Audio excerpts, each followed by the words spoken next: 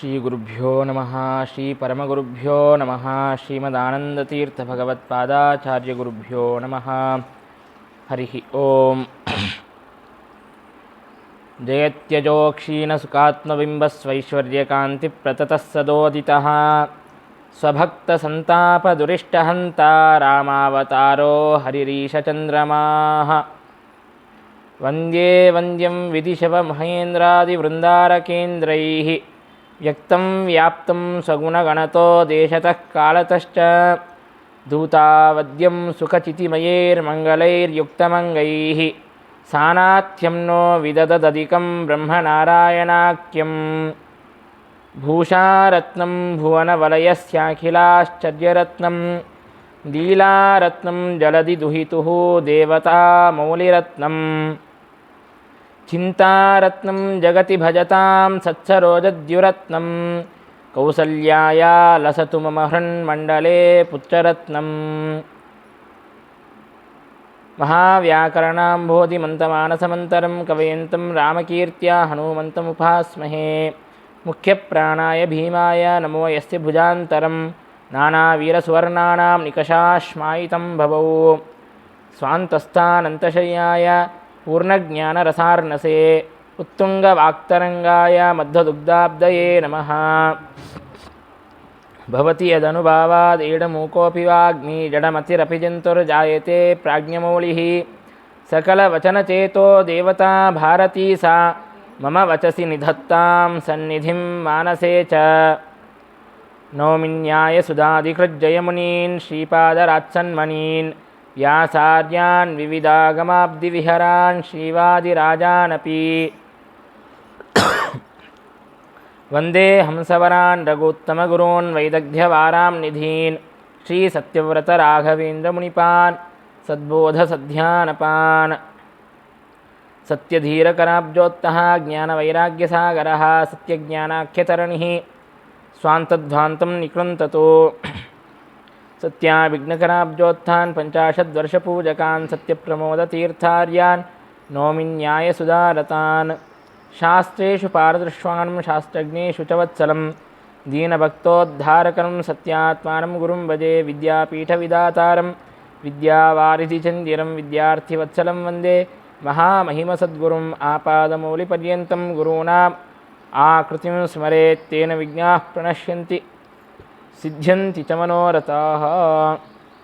ಸ್ವಸ್ತ್ಯಸ್ತು ಸತಾಂ ಅಖಿಲ ಸನ್ಮಂಗಳಾನಿ ಭವಂತು.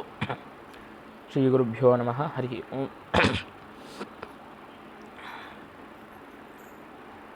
ವಿಶ್ವಾಮಿತ್ರ ಋಷಿಗಳು ತಾವು ಶ್ರೀರಾಮಚಂದ್ರನ ಪರಾಕ್ರಮವನ್ನು, ಶ್ರೀರಾಮಚಂದ್ರನ ಸಾಮರ್ಥ್ಯವನ್ನು ಇಡೀ ಜಗತ್ತಿಗೆ ಪ್ರಕಾಶಗೊಳಿಸುವ ಮೂಲಕ ನಿಜವಾದ ಅರ್ಥದಲ್ಲಿ ತಾವು ವಿಶ್ವಾಮಿತ್ರರು ಅಂತ ಆಗಿದ್ದಾರೆ.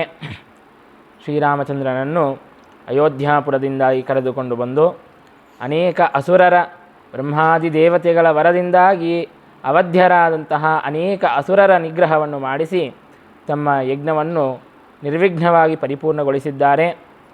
ಇನ್ನು ಸೀತಾ ಸ್ವಯಂವರಕ್ಕೆ ಮಿಥಿಲಾಪಟ್ಟಣಕ್ಕೆ ಹೋಗುವಂತಹ ಸಂದರ್ಭದಲ್ಲಿ ಮಧ್ಯದಲ್ಲಿ ಗೌತಮ ಋಷಿಗಳ ಆಶ್ರಮದಲ್ಲಿ ಅಹಲ್ಯೆಯ ಉದ್ಧಾರವನ್ನು ಕೂಡ ಮಾಡಿಸಿದ್ದಾರೆ. ಶ್ರೀರಾಮಚಂದ್ರ ಕೇವಲ ತನ್ನ ದರ್ಶನ ಮಾತ್ರದಿಂದಾಗಿ ಅಹಲ್ಯೆಯನ್ನು ಎಲ್ಲ ಹಲ್ಯಗಳಿಂದಾಗಿ ದೋಷಗಳಿಂದಾಗಿ ದೂರವಾಗುವಂತೆ ಮಾಡಿದ್ದಾನೆ.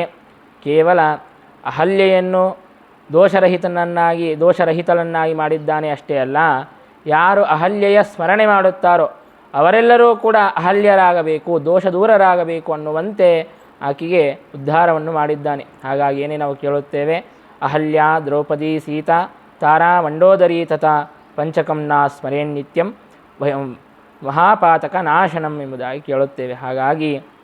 ಹಾಗೆ ಪರಮಾತ್ಮ ತನ್ನ ದರ್ಶನದಿಂದಾಗಿ ಅಹಲ್ಯೆಯನ್ನು ಉದ್ಧಾರವನ್ನು ಮಾಡಿ ಮುಂದೆ ತಾನು ಮಿಥಿಲಾಪಟ್ಟಣಕ್ಕೆ ಬಂದಿದ್ದಾನೆ. ಅಲ್ಲಿ ಜನಕರಾಜನಿಗೆ ವಿಶ್ವಾಮಿತ್ರ ಋಷಿಗಳು ಹೇಳುತ್ತಾರೆ, ನಿನ್ನ ಮಗಳನ್ನು ರಾಮಚಂದ್ರನಿಗೇನೇ ಕೊಟ್ಟು ವಿವಾಹವನ್ನು ಮಾಡು ಅಂತ ಹೇಳಿದಾಗ ಜನಕರಾಜ ತನ್ನ ಪ್ರತಿಜ್ಞೆಯನ್ನೆಲ್ಲವನ್ನು ಕೂಡ ಹೇಳುತ್ತಾನೆ. ಈ ಒಂದು ಧನುರ್ಭಂಗವನ್ನು, ಧನಸ್ಸಿನ ದ್ಯಾಬಂಧನವನ್ನು ಮಾಡೋದಕ್ಕಾಗಿ ಅಂತ ಅನೇಕ ಜನ ರಾಜರುಗಳು ಹಿಂದನೇ ಬಂದು ಹೋಗಿದ್ದಾರೆ. ಸಂಸ್ವಿನ್ನಗಾತ್ರಾ ಪರಿವೃತ್ತನೇತ್ರಾ ದಶಾನನಾದ್ಯಾ ಪತಿತಾ ವಿಮೂರ್ಛಿತಾ. ಅವರೆಲ್ಲರೂ ರಾವಣನನ್ನು ಆರಂಭಿಸಿ ಅನೇಕ ಜನ ರಾಜರುಗಳೆಲ್ಲ ಬಂದಿದ್ದಾರೆ. ಅವರು ಯಾರಿಗೂ ಕೂಡ ಆ ಧನುಸ್ಸನ್ನು ಹೆದೆಯೇರಿಸುವುದಕ್ಕೆ ಸಾಧ್ಯವಾಗಲಿಲ್ಲ. ಅವರೆಲ್ಲರೂ ಕೂಡ ಬೆವತು ಮೂರ್ಛೆಗೊಂಡು ಅವರೆಲ್ಲರೂ ಕೂಡ ವೀರರೆಲ್ಲರೂ ಕೂಡ ಬಂದಿದ್ದರು. ಅವರೆಲ್ಲರೂ ಕೂಡ ಅವೀರತ್ವವನ್ನು ಹೊಂದಿ ಆ ಧನುಸ್ಸನ್ನು ಹೆದೆಯೇರಿಸಲಿಕ್ಕೆ ಸಾಧ್ಯವಾಗದೇನೆ ಅವರೆಲ್ಲರೂ ಕೂಡ ಅಪಹಾಸಕ್ಕೆ ಗುರಿಯಾಗಿ ತಾವೆಲ್ಲರೂ ಕೂಡ ಇಲ್ಲಿಂದ ಹೊರಟು ಹೋಗಿದ್ದಾರೆ. ಹಾಗಾಗಿ ಇಂತಹ ಧನುಸ್ಸನ್ನು ಹೆದೆಯೇರಿಸಿ ಅವಶ್ಯವಾಗಿ ಶ್ರೀರಾಮಚಂದ್ರ ಸೀತೆಯನ್ನು ಪಡೆಯಲಿ, ಅದೇ ನನಗೂ ಕೂಡ ಅಪೇಕ್ಷಿತವಾದದ್ದು ಅನ್ನುವಂತಹ ತನ್ನ ಮನೋಗತವನ್ನು ಜನಕರಾಜ ವಿಶ್ವಾಮಿತ್ರರಿಗೆ ತಿಳಿಸಿಕೊಡುತ್ತಾನೆ. ಇಲ್ಲಿ ಒಂದು ಸಂದೇಹ ಬರಬಹುದು. ರಾವಣ ಮೊದಲಾದಂತಹ ಅನೇಕ ಜನ ದುಷ್ಟರೆಲ್ಲ ಬಂದಿದ್ದರು. ಅವರೆಲ್ಲ ಮಹಾಪರಾಕ್ರಮಿಗಳು, ಮಹಾವೀರರು. ಅವರಿಗೆ ಧನುಸ್ಸನ್ನು ಹೆದೆಯೇರಿಸಲಿಕ್ಕೆ ಸಾಧ್ಯವಾಗದೇ ಇದ್ದರೂ ಕೂಡ ಬಲಾತ್ಕಾರದಿಂದಾಗಿ ಸೀತೆಯನ್ನು ಕರೆದುಕೊಂಡು ಹೋಗಬಹುದಾಗಿತ್ತು. ಹಾಗೆ ಯಾಕೆ ಮಾಡಲಿಲ್ಲ ಅಂತ ಹೀಗೆಲ್ಲ ನಾವು ಕ್ರೀಡೆಗಳಲ್ಲಿ ನೋಡ್ತೀವಲ್ಲ. ಕೆಲವು ಜನ ಏನು ಮಾಡ್ತಾರೆ, ತಮಗೆ ಮ್ಯಾಚ್ ಗೆಲ್ಲಲಿಕ್ಕೆ ಸಾಧ್ಯವಾಗಲಿಲ್ಲ ಅಂದರೆ ಏನೋ ಚೀಟಿಂಗ್ ಮಾಡಿಯೋ ಮ್ಯಾಚ್ ಫಿಕ್ಸಿಂಗ್ ಮಾಡಿಯೋ ಹೇಗೋ ಒಂದು ಗೆಳೀತಾರೆ. ಯಾಕಂದರೆ ದುಷ್ಟರಿಗೆ ಅವರೇನು ನೀತಿಯಿಂದಲೇ ಪಡೆಯಬೇಕಂತೇನು ಅವರು ನಿಯಮ ಇಟ್ಕೊಂಡಿರೋಲ್ಲ. ಹೇಗೋ ಅಂದರೆ ತನಗೆ ಅಪೇಕ್ಷಿತವಾದದ್ದು ಸಿಕ್ಕರೆ ಸಾಕು ಅಂತ.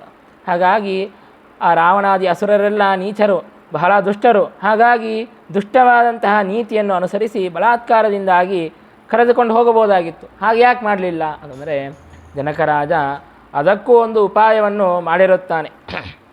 ಏನು ಅಂತಂದರೆ ಬ್ರಹ್ಮದೇವರಿಗೆ ತಪಸ್ಸನ್ನು ಮಾಡಿರುತ್ತಾನೆ. ರುದ್ರದೇವರಿಗೆ ತಪಸ್ಸನ್ನು ಮಾಡಿ ಧನುಸ್ಸನ್ನು ಹೇಗೆ ಪಡೆದಿರುತ್ತಾನೋ ಹಾಗೆ ಬ್ರಹ್ಮದೇವರಿಗೆ ತಪಸ್ಸನ್ನು ಮಾಡಿ ನನ್ನ ಮಗಳಾದಂತಹ ಸೀತೆಯನ್ನು ಯಾರೂ ಕೂಡ ಬಲಾತ್ಕಾರದಿಂದಾಗಿ ಅಪಹಾರ ಮಾಡಿಕೊಂಡು ಹೋಗಬಾರದು ಅನ್ನುವಂತಹ ಒಂದು ವರವನ್ನು ಕೂಡ ಪಡೆದಿರುತ್ತಾನೆ. ಈ ವರವನ್ನು ಚೆನ್ನಾಗಿ ನೆನಪಿಟ್ಟುಕೊಂಡಿರಲಿ. ಮುಂದೆ ಅದರ ಬಗ್ಗೆ ನಾವು ಮತ್ತೆ ತಿಳಿಯುವಂತಹ ಪ್ರಸಂಗ ಅಂತ ಅನ್ನೋದು ಬರುತ್ತದೆ. ಹಾಗಾಗಿ ಸೀತೆಯನ್ನು ಯಾರೂ ಕೂಡ ಬಲಾತ್ಕಾರದಿಂದಾಗಿ ಅಪಹಾರ ಮಾಡಿಕೊಂಡು ಹೋಗುವಂತೆ ಇಲ್ಲ. ಯಾಕಂದರೆ ಬ್ರಹ್ಮದೇವರ ವರ ಅಂತ ಅನ್ನೋದು ಇದೆ. ಸರಿ, ಸೀತೆಯನ್ನು ಅಪಹಾರ ಮಾಡಿಕೊಂಡು ಹೋಗೋದು ಬೇಡ, ಜನಕರಾಜನನ್ನೇ ಬೆದರಿಸಿ ನೀನು ನಿನ್ನ ಮಗಳನ್ನು ಕೊಡದೇ ಇದ್ದರೆ ನಿನ್ನನ್ನು ಸಂಹಾರ ಮಾಡಿಬಿಡುತ್ತೇನೆ ಅಂತ ಹೇಳಿಬಿಟ್ಟು ಜನಕರಾಜನನ್ನೇ ಬ್ಲ್ಯಾಕ್ ಮೇಲ್ ಮಾಡ್ಬೋದಾಗಿತ್ತು. ಈಗ ಕರುವನ್ನು ಕರೆದುಕೊಂಡು ಬರಬೇಕು ಅಂತಂದರೆ ಕರುವನ್ನೇ ಎಳೆದುಕೊಂಡು ಬರಬೇಕಾ? ಆ ಕಾರಣ ಇಲ್ಲ. ಆಕಳನ್ನು ಕರೆದುಕೊಂಡು ಬಂದರೆ ಕರು ತನ್ನಷ್ಟಿಗೆ ತಾನೇ ಬಂದು ಬಿಡುತ್ತದೆ. ಹಾಗೆ ಜನಕರಾಜನನ್ನು ಬ್ಲ್ಯಾಕ್ ಮೇಲ್ ಮಾಡಿ ನಿನ್ನನ್ನು ಸಂಹಾರ ಮಾಡ್ತೀನಿ ಅಂತ ಹೇಳಿಬಿಟ್ರೆ ಆಗ ಸೀತಾದೇವಿಯು ತನ್ನಷ್ಟಿಗೆ ತಾನೇ ಬಂದೇ ಬಿಡುತ್ತಾಳೆ. ಹಾಗಾದರೂ ಯಾಕೆ ಮಾಡಲಿಲ್ಲ ಅಂತಂದರೆ ಅದೂ ವರ ಪಡೆದಿರುತ್ತಾನೆ ಜನಕರಾಜ. ಎಲ್ಲ ತಾನು ಮೊದಲಿಗೆ ಊಹಿಸಿರುತ್ತಾನೆ, ಇಂತಹ ದುಷ್ಟರೆಲ್ಲ ನನ್ನ ಸುತ್ತಮುತ್ತ ಇದ್ದಾರೆ. ಹಾಗಾಗಿ ಸೀತಾದೇವಿಯನ್ನು ಬಲಾತ್ಕಾರದಿಂದಾಗಿ ಅಪಹಾರ ಮಾಡಿಕೊಂಡು ಹೋಗಬಾರದು ಅಂತ ವರವನ್ನು ಹೇಗೆ ಪಡೆದಿರುತ್ತಾನೆಯೋ ಹಾಗೆ ಸೀತೆಗಾಗಿ ಅಂತ ಹೇಳಿಬಿಟ್ಟು ನನ್ನನ್ನು ಯಾರೂ ಕೂಡ ವಧ ಮಾಡಬಾರದು, ನನ್ನ ಜೊತೆಗೆ ಯಾರೂ ಕೂಡ ಯುದ್ಧವನ್ನು ಮಾಡಿ ನನ್ನನ್ನು ಗೆಲ್ಲಬಾರದು, ನನ್ನನ್ನು ಸೋಲಿಸಬಾರದು ಅನ್ನುವಂತಹ ವರವನ್ನು ಕೂಡ ಜನಕರಾಜ ಪಡೆದಿರುತ್ತಾನೆ. ಹಾಗಾಗಿ ಬೇರೆ ಯಾವ ಗತಿಯೂ ಕೂಡ ಇಲ್ಲದೇ ಇದ್ದದರಿಂದಾಗಿ ರಾವಣಾದಿ ಅಸುರರೆಲ್ಲರೂ ಕೂಡ ತಾವು ತಿರುಗಿ ಹೋಗಿದ್ದಾರೆ. ಹಾಗಾಗಿ ಈಗ ಈ ಧನುಸ್ಸನ್ನು ಹೆದೆಯೇರಿಸಿ ರಾಮನು ಅವಶ್ಯವಾಗಿಯೂ ಕೂಡ ಪಡೆಯಲಿ ಎಂಬುದಾಗಿ ವಿಶ್ವಾಮಿತ್ರ ಋಷಿಗಳಿಗೆ ಜನಕರಾಜ ತಾನು ನಿವೇದನೆಯನ್ನು ಮಾಡಿಕೊಂಡಿದ್ದಾನೆ. ವಿಶ್ವಾಮಿತ್ರರು ಅವಶ್ಯವಾಗಿ ಆಗಲಿ ಧನುಸ್ಸನ್ನು ತೆಗೆದುಕೊಂಡು ಬರ್ರಿ ಅಂತ ಹೇಳಿದಾಗ ಆಗ ಅನೇಕ ಜನ ದೂತರು, ಸುಮಾರು 5,000 ಜನ ದೂತರು ಆ ಧನುಸ್ಸನ್ನು ತೆಗೆದುಕೊಂಡು ಬಂದಿದ್ದಾರೆ. ಆಗ ಜನರೆಲ್ಲರೂ ಕೂಡ ಆ ಸ್ವಯಂವರವನ್ನು ನೋಡೋದಕ್ಕಾಗಿಯೇ ಅಂತ ಅನೇಕ ಜನ ಮಿಥಿಲಾ ನಗರದ ಜನರೆಲ್ಲರೂ ಕೂಡ ಅಲ್ಲಿ ಸೇರಿದ್ದಾರೆ. ಅವರೆಲ್ಲರೂ ಕೂಡ ಶ್ರೀರಾಮಚಂದ್ರನನ್ನು ನೋಡಿ ಅವರೆಲ್ಲರೂ ಕೂಡ ಮಾತನಾಡಿಕೊಳ್ಳುತ್ತಾ ಇದ್ದಾರೆ.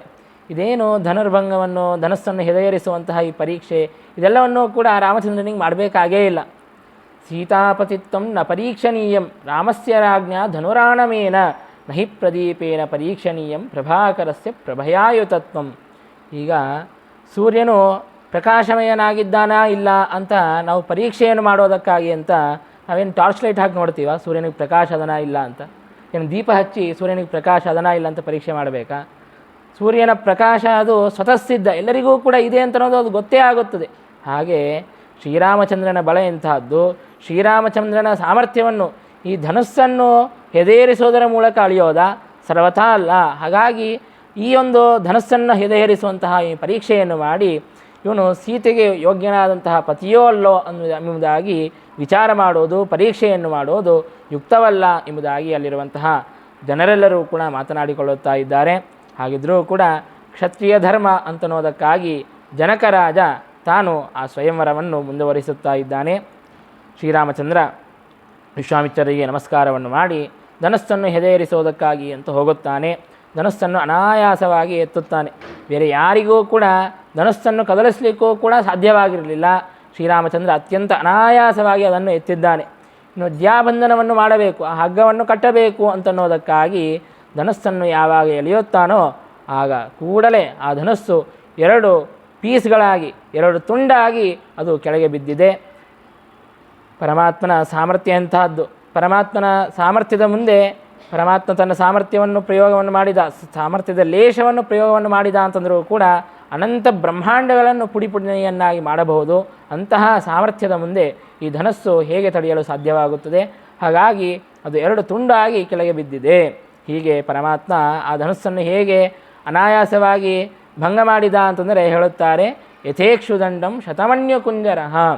ಅನೇಕ ದೊಡ್ಡ ದೊಡ್ಡ ಮರಗಳನ್ನು ವೃಕ್ಷಗಳನ್ನು ಬೀಳಿಸುವಂತಹ ಆನೆಯು ಅದು ಇಕ್ಷುದಂಡವನ್ನು ಅಂದರೆ ಕಬ್ಬನ್ನು ಮುರಿಯೋದಕ್ಕೆ ಏನಾದರೂ ಪ್ರಯಾಸವನ್ನು ಮಾಡಬೇಕಾಗುತ್ತದೆ. ಅತ್ಯಂತ ಅನಾಯಾಸವಾಗಿ ಆ ಕಬ್ಬನ್ನು ಯಾವ ರೀತಿಯಾಗಿ ಮುರಿಯಬೇಕೋ ಅದು ಕೂಡ ಸಾಮಾನ್ಯವಾದಂತಹ ಆನೆಯಲ್ಲ.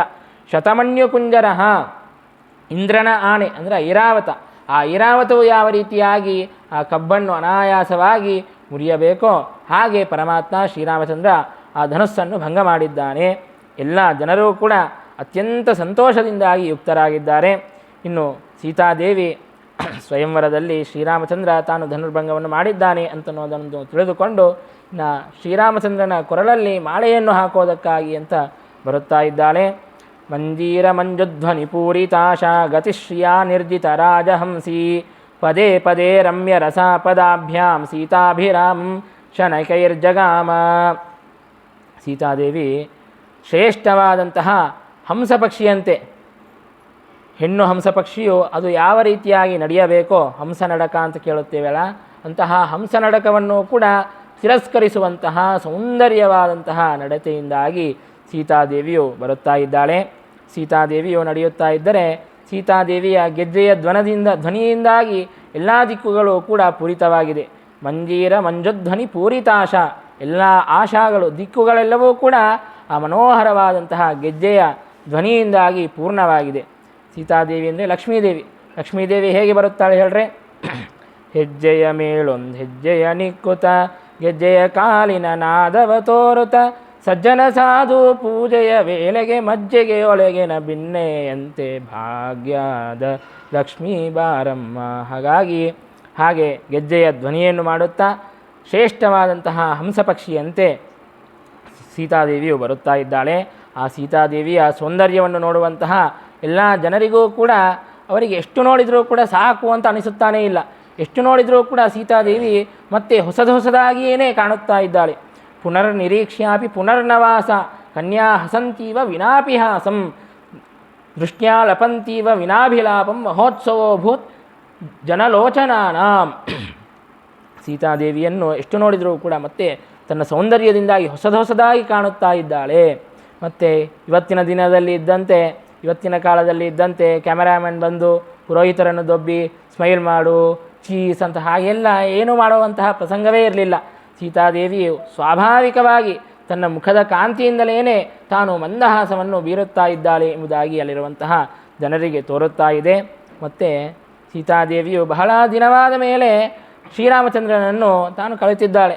ಹಾಗಾಗಿ ಅಂದರೆ ಸದಾಕಾಲದಲ್ಲಿ ಶ್ರೀರಾಮಚಂದ್ರನಿಂದಾಗಿ ಯುಕ್ತಳಾಗಿಯೇ ಇದ್ದರೂ ಕೂಡ ಲೋಕದೃಷ್ಟಿಯ ಈಗ ಮೊದಲನೇ ಬಾರಿ ಕಳೆಯುತ್ತಾ ಇದ್ದಾಳೆ. ಹಾಗಾಗಿ ಬಹಳ ಮಾತನಾಡಿಕೊಳ್ಳುವಂತಹ ವಿಷಯಗಳಿರುತ್ತವೆ ನೋಡ್ರಿ. ನೂತನ ವಧೂವರರಿಗೆ ಅವರೆಲ್ಲ ಮುಚ್ಚಿಟ್ಕೊಂಡು ಯಾರಿಗೂ ಕಾಣಿಸದೇ ಇದ್ದಂತೆ ಅವರೆಲ್ಲ ಏನೋ ಮಾತನಾಡಿಕೊಳ್ಳುತ್ತಾ ಇರುತ್ತಾರೆ. ಹಾಗೆ ಸೀತಾದೇವಿಯು ಇನ್ನೂ ಮಾತನಾಡುವಂತೆ ಇಲ್ಲ, ಇನ್ನೂ ಮದುವೆ ಆಗಿಲ್ಲ. ಹಾಗಾಗಿ ಸೀತಾದೇವಿ ತನ್ನ ಕಣ್ಣಿನಿಂದಲೇ ಮಾತನಾಡುತ್ತಾ ಇದ್ದಾಳೆಂತೆ. ದೃಷ್ಟ್ಯಾ ಲಪಂತೀವ ವಿನಾಭಿಲಾಪಂ, ಅಭಿಲಾಪ ಮಾತನಾಡದೇ ಇದ್ದರೂ ಕೂಡ ಕಣ್ಣಿನಿಂದಲೇ ಮಾತನಾಡುತ್ತಾ ಇದ್ದಾಳೆ. ಅಂತಹ ಕಣ್ಣು ಸೌಮ್ಯೆಯಿಂದಲೇ ಶ್ರೀರಾಮಚಂದ್ರನ ಜೊತೆಗೆ ಮಾತನಾಡಿದ್ದಾಳೆ. ಹೀಗೆ ಈ ಎಲ್ಲ ದೃಶ್ಯವನ್ನು ನೋಡುವಂತಹ ಜನರಿಗೆ ಅದೊಂದು ಮಹೋತ್ಸವವಿದ್ದಂತೆ ಆಗುತ್ತಾ ಇದೆ. ಔದಾರ್ಯ ಸೌಂದರ್ಯ ವಿಲಾಸಪೂರ್ವಾನ್ ಸರ್ವಾನ್ ಗುಣಾನ್ ಕಥಯೇತದೇವ್ಯಾ ಯಾನ್ ಪ್ರಬ್ರುವಾನಶ್ಚತುರಾನನೋಪಿ ಕೌತೂಹಲೇನ ಚತುರಾನನೋಭೂತ್. ಆ ಸೀತಾದೇವಿಯ ಗುಣಗಳನ್ನು ವರ್ಣನೆ ಮಾಡಲಿಕ್ಕೆ ಯಾರಿಗೆ ಮಾತ್ರ ಸಾಧ್ಯ ಎಂಬುದಾಗಿ ಹೇಳುತ್ತಾರೆ. ಯಾಕೆ ಅಂತಂದರೆ ಸೀತಾದೇವಿಯ ಔದಾರ್ಯ, ಸೌಂದರ್ಯ ಇತ್ಯಾದಿ ಅನಂತ ಗುಣಗಳಿವೆ. ಆ ಎಲ್ಲ ಅನಂತ ಗುಣಗಳನ್ನು ಬ್ರಹ್ಮದೇವರಿಗೆ 4 ಮುಖಗಳು. ಅವರನ್ನು ಚತುರಾನನ ಎಂಬುದಾಗಿ ಕರೆಯುತ್ತಾರೆ. ಅವರೂ ಕೂಡ ಏನಾದರೂ ಕುತೂಹಲದಿಂದಾಗಿ ಸೀತಾದೇವಿಯ ಗುಣಗಳನ್ನು ವರ್ಣಿಸಬೇಕು ಅಂತ ಪ್ರಯತ್ನಿಸಿದರು ಅಂತಂದರೆ ಚತುರಾನನರಾದರೂ ಕೂಡ ಅವರು ಅಚತುರಾನನರಾಗಿ ಬಿಡುತ್ತಾರೆ. ಅಂದರೆ ಚತುರಾನನ ಹೆಸರಿಗೆ, ಆದರೆ ಸೀತಾದೇವಿಯ ಗುಣಗಳನ್ನು ವರ್ಣಿಸುವಂತಹ ವಿಷಯದಲ್ಲಿ ಅವರು ಅಚಾತುರ್ಯವನ್ನು ಹೊಂದುತ್ತಾರೆ, ಅಚತುರರು ಅಂತ ಆಗಿಬಿಡುತ್ತಾರೆ ಅಂತ ಕವಿಗಳು ವರ್ಣಿಸುತ್ತಾ ಇದ್ದಾರೆ. ಅಂತಹ ಅನಂತ ಗುಣಗಳಿಂದಾಗಿ ಉಪೇತಳಾಗಿದ್ದಾಳೆ.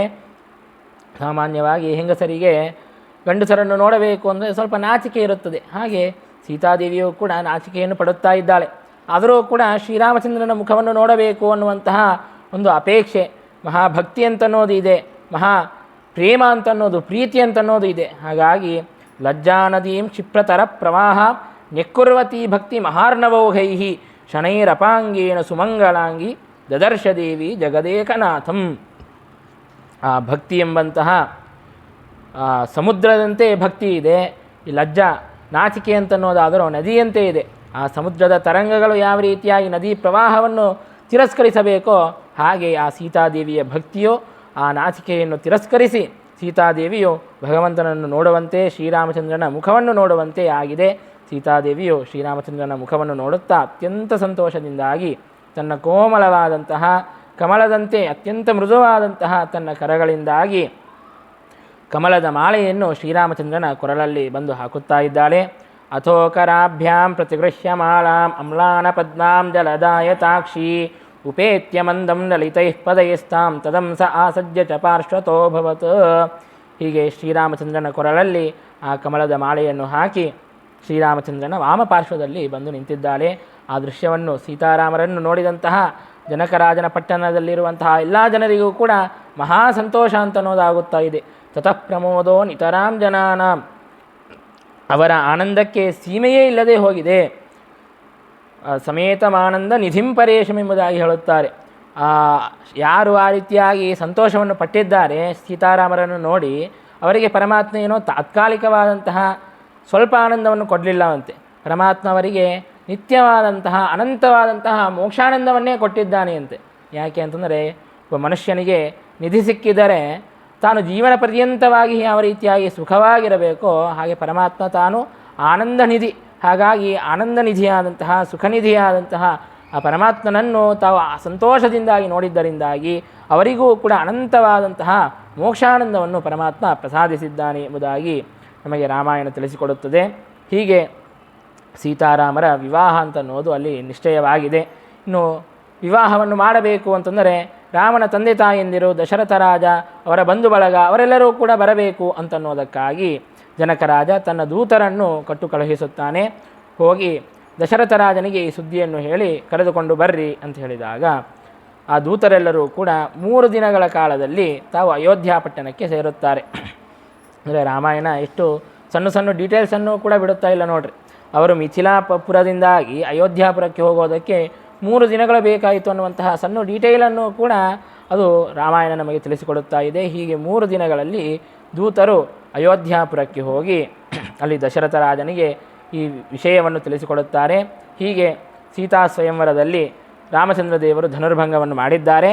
ಹಾಗಾಗಿ ಜನಕರಾಜ ತನ್ನ ಮಗಳಾದಂತಹ ಸೀತೆಯನ್ನು ರಾಮನಿಗೆ ಕೊಟ್ಟು ವಿವಾಹವನ್ನು ಮಾಡಬೇಕು ಅಂತ ಅಂದುಕೊಂಡಿದ್ದಾನೆ. ಹಾಗಾಗಿ ಅದು ನಿಮಗೆ ಸಮ್ಮತವಾಗಿದ್ದರೆ ನೀವೆಲ್ಲರೂ ಕೂಡ ನಿಮ್ಮ ಪರಿವಾರದಿಂದಾಗಿ ಸಮೇತರಾಗಿ ಬಂದು ಆ ವಿವಾಹ ಕಾರ್ಯವನ್ನು ನಡೆಸಿಕೊಡಬೇಕು ಎಂಬುದಾಗಿ ನಿವೇದನೆಯನ್ನು ಮಾಡಿಕೊಂಡಿದ್ದಾರೆ. ಆ ಸುದ್ದಿಯನ್ನು ಕೇಳಿರುವಂತಹ ದಶರಥ ರಾಜನಿಗೂ ಕೂಡ ಮಹಾ ಸಂತೋಷ ಅಂತ ಅನ್ನೋದಾಗಿದೆ. ಕೂಡಲೇ ವಸಿಷ್ಠ ಋಷಿಗಳನ್ನು ಕರೆಸಿದ್ದಾನೆ. ತಮ್ಮ ಕುಲಪುರೋಹಿತರಾದಂತಹ ವಸಿಷ್ಠ ಋಷಿಗಳನ್ನು ಕರೆಸಿ ತನ್ನ ಹೆಂಡಂದಿರು, ಮಕ್ಕಳು ಅವರೆಲ್ಲರಿಂದಾಗಿ ಸಹಿತನಾಗಿ ವಸಿಷ್ಠ ಋಷಿಗಳನ್ನು ಮುಂದೆ ಮಾಡಿಕೊಂಡು ಚತುರಂಗ ಸೈನ್ಯಯುಕ್ತವಾಗಿ ತಾನು ಮಿಥಿಲಾಪುರಕ್ಕೆ ಬಂದಿದ್ದಾನೆ. ಇದರಲ್ಲಿ ಜನಕರಾಜ ತನ್ನ ತಮ್ಮನಾದಂತಹ ಕುಶಧ್ವಜನನ್ನು ಕೂಡ ಕರೆಸಿದ್ದಾನೆ. ಇಕ್ಷುಮತಿ ತೀರದಲ್ಲಿ ಈ ಕುಶಧ್ವಜ ತಾನು ರಾಜ್ಯವನ್ನು ಆಳುತ್ತಾ ಇದ್ದ. ಆ ಕುಶಧ್ವಜನನ್ನು ಕೂಡ ಜನಕರ ಮಹಾರಾಜ ಕರೆಸಿದ್ದಾನೆ. ಇಲ್ಲಿ ದಶರಥ ಮಹಾರಾಜ ಮಿಥಿಲಾಪುರಕ್ಕೆ ಬಂದ ಮೇಲೆ ಜನಕರಾಜ ಆ ದಶರಥ ರಾಜನನ್ನು ಸ್ವಾಗತ ಮಾಡಿಕೊಂಡು ಅವರಿಗೆ ಎಲ್ಲ ಉಪಚಾರಗಳನ್ನು ಕೂಡ ಮಾಡಿದ್ದಾನೆ. ವರಪಕ್ಷದವರಿಗೆ ಅಂತ ಹೇಳಿಬಿಟ್ಟು ಬೇರೆ ಭವನವನ್ನು ಕೊಟ್ಟಿದ್ದಾನೆ ಅವರಿಗೆ ನಿವಾಸಕ್ಕಾಗಿ ಅಂತ. ಅಲ್ಲೆಲ್ಲ ಚೆನ್ನಾಗಿ ಸುವ್ಯವಸ್ಥಿತವಾಗಿ ಮಾಡಿ ತಾನು ಎಲ್ಲ ವಿವಾಹಕ್ಕೆ ಅಂತ ಸಿದ್ಧತೆಯನ್ನು ಮಾಡಿದ್ದಾನೆ.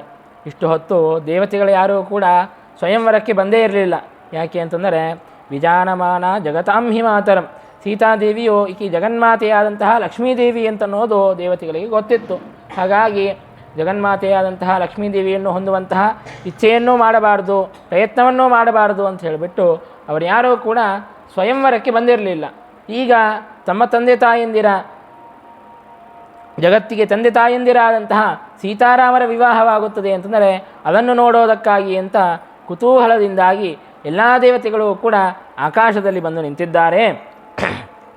ತಥಾ ವಿಮಾನ ವಲಭಿರ್ನಭಸ್ಥಳಂ ದಿದೃಕ್ಷತಾಂ ಸಂಕುಲಮಾಸನಾಕಿನಾಂ ಸುರಾಣಕ ದುಂದುಭಯೋ ವಿನೇದಿರೆ ಜಗುಶ್ಚ ಗಂಧರ್ವ ವರಾಸ್ ಸಹಸ್ರಶಃ.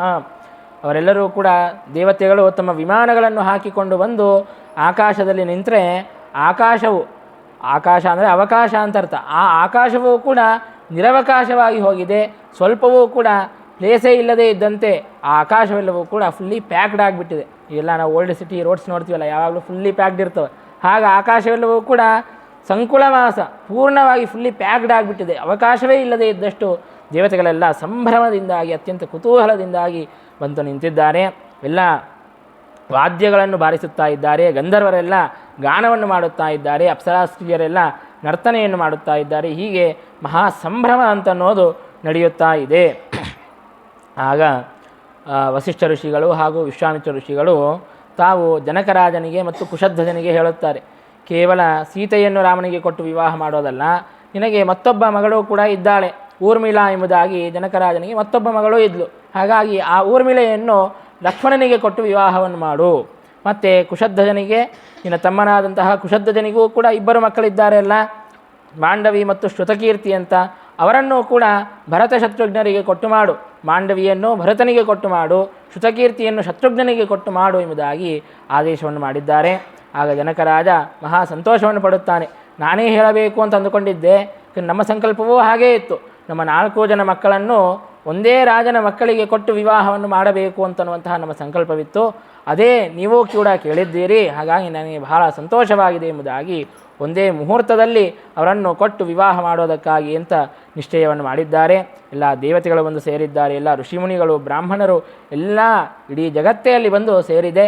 ಅವರೆಲ್ಲರೂ ಕೂಡ ಅತ್ಯಂತ ಸಂಭ್ರಮದಿಂದಾಗಿ ವಿವಾಹವನ್ನು ನೋಡುತ್ತಾ ಇದ್ದಾರೆ. ವಸಿಷ್ಠ ಋಷಿಗಳು ವಿಶ್ವಾಮಿತ್ರ ಋಷಿಗಳ ಅನುಜ್ಞೆಯನ್ನು ಪಡೆದು ವಧೂವರರ ಕುಲಗೋತ್ರವನ್ನೆಲ್ಲವನ್ನೂ ಕೂಡ ಉಚ್ಚರಿಸಿ ವಾಗ್ದಾನ ಪ್ರಯೋಗವನ್ನು ಮಾಡಿಸಿದ್ದಾರೆ.